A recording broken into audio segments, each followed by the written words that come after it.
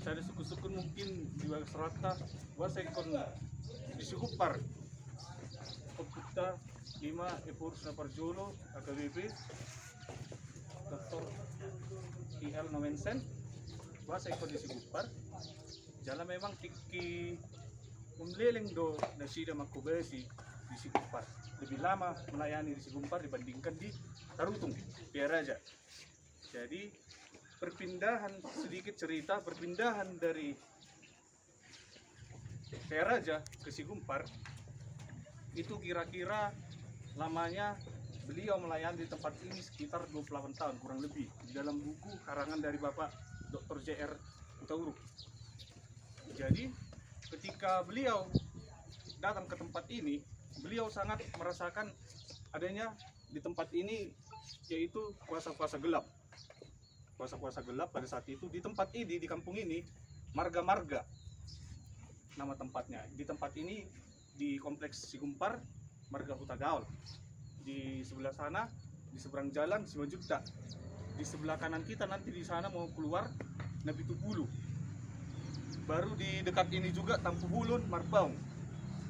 Jadi karena ada satu cerita ketika Opui Nomensen mendengar kabar perseteruan antara Sikumpar dan Silain, mereka menyita perempuan untuk dijadikan tawanannya dengan cara perempuan di Silain dibawa ke Sikumpar ini untuk disayat-sayat karena tidak dapat melunasi utangnya, masalah utang piutang. Jadi itulah tergerak hatinya, salah satu poin utama dari Opung Nomensen datang ke tempat ini karena melihat lokasi yang sangat strategis daerah Sikumpar ini. Di antara perjalanan ke Toba, mau ke Siantar, mau ke daerah timur sana, dan kembali lagi ke daerah Toba, bisa juga. Karena ini dahulunya pelabuhan, karena sangat dekat sebenarnya Danau Toba dulunya. Ini namanya Dupa Sibolang, nama tempatnya. Jadi air Danau Toba dulu sampai ke rumah-rumah ini. Di sini adalah dulu pos tempat Opung Nomensen mengabarkan Injil. Yang terakhir ketika di buku Dr. JR Utauruk dikatakan pelayanan terakhir dari Opung Nomensen itu adalah di Pangururan ketika beliau mengadakan pesta Gutilon di hari Minggu. Sebenarnya posisi Opui Nunga Marsaid sudah sakit tapi dia mau tetap mengunjungi dan melayani, pergi ke Pangururan. Akhirnya beliau meninggal pada tanggal 23 Mei 1918. Di hari Rabu beliau meninggal, wafat di jam 6, kurang lebih jam 6 ditulis di situ, jam 6 pagi beliau meninggal wafat. Dan di sini mungkin melihat besar kan tempatnya dengan istrinya, istri kedua, istri pertama di Jerman namanya Christine, istri pertama itu, istri kedua Caroline, di sebelahnya beliau. Jadi Nomensen di posisinya di sini. Dan mengapa salibnya bentuk seperti ini? Seperti ini bentuknya, mengarah ke sini. Dan kalau menurut teologi kita Kristen, bahwa Opung ini kan orang luar, orang Eropa. Jadi di Eropa bentuk salibnya seperti ini, dia bentuk apa mereka, menandakan bahwa Opui berasal dari Jerman ataupun Nordstrand, daerah tempat tinggal dia. Dan ada juga beberapa yang mengait-ngaitkan, ya, tanda kutip mengait-ngaitkan, karena daerah Opui terakhir ke Pangururan, katanya daerah Pangururan ke sana kan. Inilah dia. Padahal sebenarnya kalau kita kan alfa dan omega, awal dan akhir. Nah, seperti itu kira-kira. Bentuk bulat ini sebagai bumi, lambang bumi, dunia, seperti itu kira-kira. Karena Nomensen datang ke tempat ini dari jarak yang sangat jauh. Beliau datang ke tempat ini dengan pelayanannya dan juga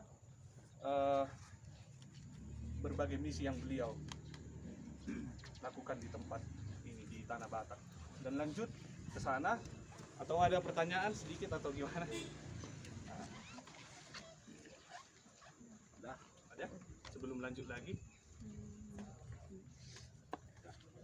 lanjut ke sana. Frida Nomensen ini adalah putrinya, tapi tidak tahu putri yang keberapa.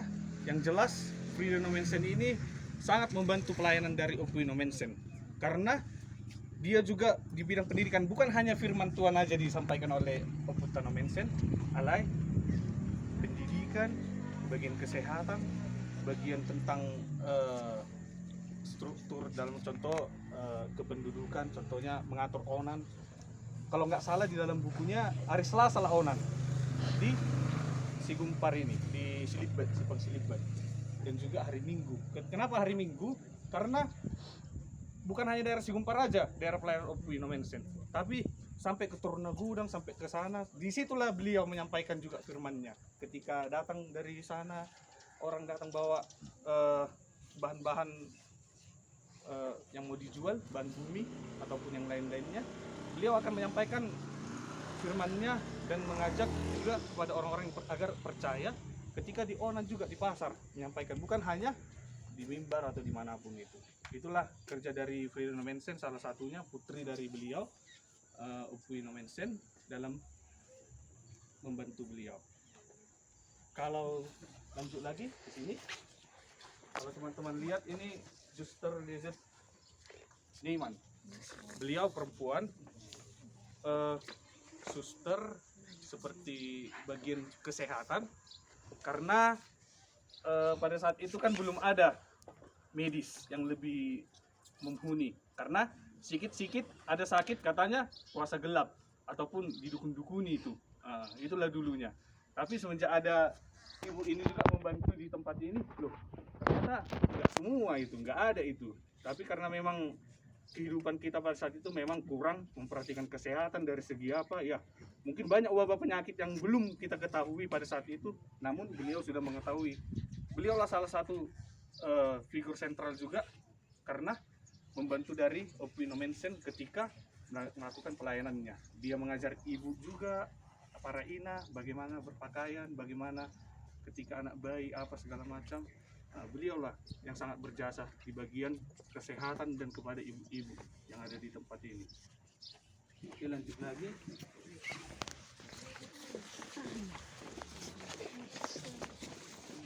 Beliau anak ini Hans, nggak ada literatur yang jelas menerangkan tentang ini. Anak pendeta Hans, ya anak pendeta ini. Cuman nggak jelas dia kenapa harus di sini. Mungkin asumsinya karena ketika itu beliau ataupun anak pendeta Hans hadir di tempat ini, dan nggak mungkin anak kecil dibawa lagi ke tempat yang lain. Ya udah di sinilah mungkin dia ke tempat, karena beliau anak ini nggak nyampe setahun umurnya, kurang lebih 6 bulan kalau nggak salah di sini, kurang lebih 6 bulan. Itulah mengapa dia ditempatkan di sini, karena masih keluarga dari misionaris, makanya ditempatkan di sini. Suster ini sangat terkenal juga di bagian penata layanan, contoh mengenai contoh bagian jemaat, menata jemaat, berapa jumlah jemaat, apa bagian kita katakan ini ya, sekretaris ya juga ini berbicara ke situ, dia membantu pelayanan Opuino Mensen, bagian untuk mendata segala macam, dari berapa jumlah ini segala macam, ibu, kaum anak, kaum apa segala macam. Beliau lah menyurat juga. Mr. Brinsmith ini sangat piawai untuk menulis, untuk menyampaikan pesan-pesan atau bagaimana. Beliau lah membantu sosok dari Opuino Mensen dalam pelayanannya di Tanah Batak ini, terlebih di Sigumpar. Mendengar tentang Hulda ini, yang pasti beliau seorang perempuan, dan juga pasti kalau perempuan di sini karena mengingat Ibu Neiman itu, ya bisa jadi ibu ini juga membantu dalam pelayanan kategorial, seperti itu kira-kira kategorial, karena nggak ada data yang valid mengenai beliau kapan meninggalnya, makanya dikatakan di sini hanya namanya saja.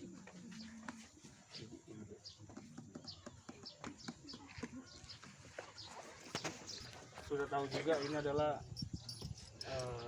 anjing dari beliau, Opuino Mensen. Kenapa dibuat ini? Ya menandakan bahwa dia adalah peliharaan dari Opuino Mensen. Kenapa si Patkur namanya? dalam bahasa Batak artinya menggali atau mengkorek seperti itu kira-kira. Itulah artinya namanya Sipakur. Dan juga nggak tahu kapan meninggalnya. Dan pasti kalian juga mungkin udah mendengar ceritanya sedikit. Kenapa Tuan Sipakur meninggal? Karena pada saat itu ya seperti tadi, kuasa gelap di tempat ini kecemburuan terhadap orang-orang baru, ya meracuni, kira-kira seperti itu. Diracuni Opuino Mensen, tapi ternyata kalau nggak salah bubur atau makanan pagi serapan dari Opui dimakan Tuan Sipakur. Dan Tuan Sipakur lah yang meninggal. Sebelumnya nggak di sini kuburannya. Beberapa mengatakan sintua di sini, yang saya tanya katanya di sebelah sana tikungan tadi sebelah kanan kalau kita mau datang, disitulah tempat dari Sipakur Kian dikebumikan, dikuburkan, dan setelah itu dipindahkan lagi ke sini, ke tempat ini. Dan lanjut umurnya 1939 tentu setengah bulan juga, setengah tahun. Magdalena Kaiser juga dikatakan bahwa ini adalah putri dari para penginjil juga yang bantu dari Mensen. Tidak ada yang jelas pasti mengenai kenapa disamakan seperti ini, kira-kira kenapa enggak seperti Hans tadi yang sana bentuk dari kuburannya. Saya juga kurang mendapat info karena belum ada yang bisa memberikan pernyataan yang secara tertulis mengenai ini. Karena saya juga bertanya-tanya juga kenapa harus sama dengan Tuan Sipakur kuburannya, kenapa nggak seperti Hans itu, padahal ini adalah keluarga dari para misionaris tersebut juga. Itulah juga masih tanda tanya bagi saya pribadi mengenai ini. Dan jika ada pertanyaan, jika ada mau mengasih informasi, mungkin ada dari teman-teman yang punya informasi yang lain, kita boleh juga di sini saling memberi atau bagaimana. Di sana tempat berdoa. Mama, aku ada mungkin pertanyaanku agak sedikit. Tapi kenapa dari sekian Kan yang memberangkatkan Mensen kan Oi, itu dia doamu, kemana?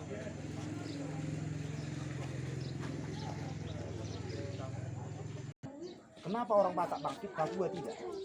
Papua agamanya kuat, pendidikannya lemah. Ini nama baik, beda hitam. Ada orang yang memutuskan Tuhan kalau Batak. Mensen menjawabnya begini. Asalnya juga. Mensen tidak menjawab, memberitahu firman Tuhan karena Raja Pontas tidak mengenal firman Tuhan. Tetapi Raja Pontas menjawab, asalnya juga bang semula. Songo dia mah, wajari hamu merparbinotoan. Jadi pilar pertama dibuka Mensen adalah pendidikan. Pilar kedua adalah kesehatan. Pilar ketiganya firman Tuhan. Makanya dulu setiap gereja ada sekolahnya. pergulungan. Nah itu pilarnya, itu dibangunnya pilar. Kenapa? Karena langsung dibilang Mensen dulu kepada Raja Pontas Lubang Tobing di Tarutung, asa gawe porseha di Tuhan Yesus Kristus itali tui. Karena apa? Raja Pontas Lubang Tobing sudah punya keyakinan yang dari nenek moyangnya. Tapi Mensen menjawab, asa maju bang semula. Itu ya. Oh itu makanya di gereja rumah sakit. Iya, ada sekolah, 3 pilar itu dulu. Itu yang dibangun. Sebenarnya Dan setidaknya gereja itu menjadi sekolah. Ayo morido ketuhamu melokar guru balua, nyoro musai mak omak muna. Amang dang boy tulari hina. Anak itu jakun yan. Saya cari tuh anak nih, saya foto. Oh, bukan karena maduanya, bukan. bisa saja dikasih amang itu kan langsung sekarang.